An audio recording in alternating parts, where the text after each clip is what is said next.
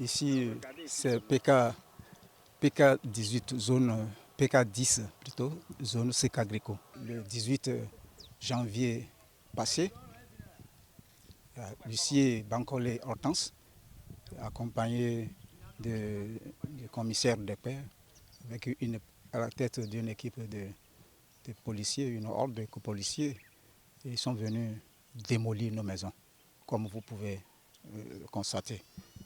Nous nous sommes rapprochés du commissaire d'abord pour savoir la décision sur laquelle ils sont venus casser nos maisons, et il nous a dit de nous rapprocher de l'huissier.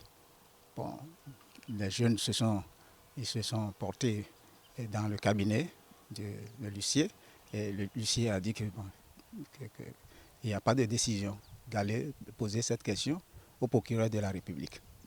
Donc c'est cette étape que nous n'avons pas encore faite. Nous ne sommes pas encore allés chez le procureur parce que nous savons qu'il y a déjà des plaintes. Des plaintes au sujet de litiges qui étaient créés depuis plusieurs années. Les premières démolitions ont lieu ici en 2000, précisément le 12 avril 2000. Et ceux-là, ils se sont servis, l'huissier et ses acolytes se sont servis d'une certaine ordonnance de référé. Sous prétexte que le domaine, c'est un titre foncier qui appartient à notre ami Francis, c'est un héritier. La petite histoire, c'est que on nous dit que son papa est décédé en 1974 et qu'il est venu acquérir un domaine de près de 10 hectares 20 ans après sa mort, précisément en 1994. Or, en 1994, nous avons mené les opérations d'état de lieux ici. Et ceux qui ont été cassés, tous ont été enregistrés, c'est-à-dire leurs parcelles ont été enregistrées en leur nom.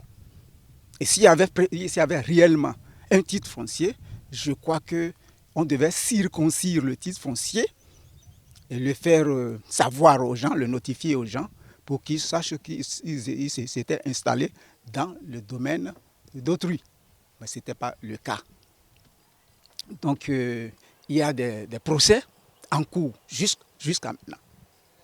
Jusqu'à maintenant. Donc, je ne sais pas réellement si c'est la force, c'est la raison du plus fort, ou bien si nous avons aussi droit de vivre dans la cité. J'ai dormi à la Belle Étoile avec ma famille. La Belle Étoile. Ce n'est que 3 jours plus tard que j'ai installé une cabane de fortune, une habitation de fortune, là où je vis avec eux. Parce que leur stratégie, c'est de nous voir partir d'ici pour installer d'autres personnes. Autre chose, nous sommes menacés, nuit et jour. Il y a des gens qui viennent ici, les démarcheurs, qui viennent nous menacer. Pas plus tard que le 11 passé, le 11 février dernier, j'ai été molesté. J'ai été molesté par des voisins qui sont acquis à leur cause, qui amènent de nouveaux acquéreurs sur le domaine. Et ils menacent de m'éliminer, de faire du kidnapping sur le domaine, nuit et jour. Donc nous sommes dans une grande insécurité ici. On parle de 1994.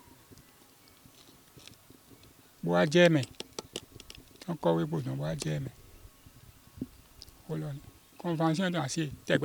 Les vendeurs, ils sont un peu lents parce que c'est un peu l'ignorance. Bon, ces vendeurs-là sont des héritiers.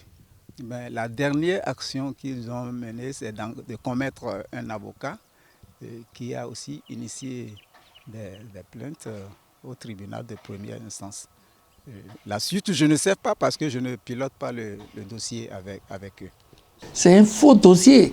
Le type a fait du faux. Faux et archi faux. Un dossier qui est jugé par le ministère de l'Intérieur.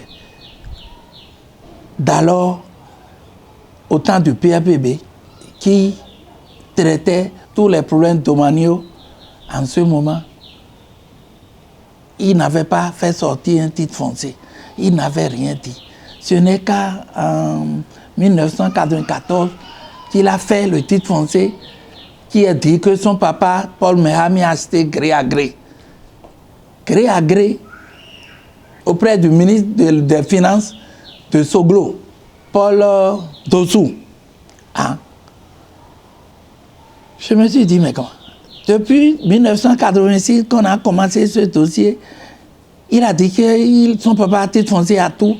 Et ce n'est qu'en 1994 qu'il a refait encore un autre titre foncier au nom de son papa. Le papa qui est mort depuis 1974. Et celui qui a signé le titre foncier, M. Pascal Awede, a renoncé. Il a dit non, qu'il n'a jamais signé un tel titre foncier. Et il a fait une lettre. Et dit qu'il n'a jamais signé un titre foncier. Pareil à ce Paul Francis. Que c'est du faux ce qu'il a fait. Il a fait du faux. Qu'il a demandé un titre foncier pour le carré de son papa qui se trouve à Port-Nouveau. Après mettre de marche, avec les papiers, tout, on a tout fait. Ce dernier, il passe trop dans les couloirs. Et il connaît la justice béninoise. Et il connaît les bureaux béninois. Partout où on passe, les gens vont vous donner courage, mais après tout, ils se retirent. Jusqu'à ANDF, on nous a dit que le titre foncier là n'existe pas. Cela n'existe pas. Mais calmez-vous, vous aurez la suite. Après, miette. On n'a jamais la suite. On a écrit au ministère de la Justice, du cadre de vie et décentralisation intérieure partout. Il n'y a que le ministère de la Justice qui nous a reçus, qui a répondu vivement à notre appel. Et le ministère du cadre de vie.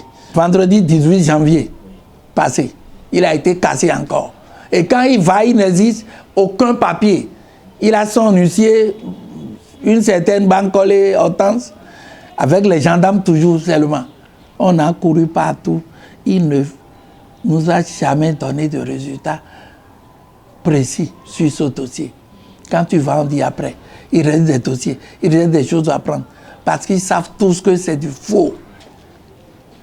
Je demande aux autorités compétentes de nous aider à voir clair dans cette affaire pour qu'eux-mêmes, ils sachent réellement ce qui se passe dans leur pays. Je compte sur la volonté du président de la République. Je sais qu'il n'aime pas la mafia, il n'aime pas des choses sales dans lesquelles on retrouve certaines personnes dans ce pays.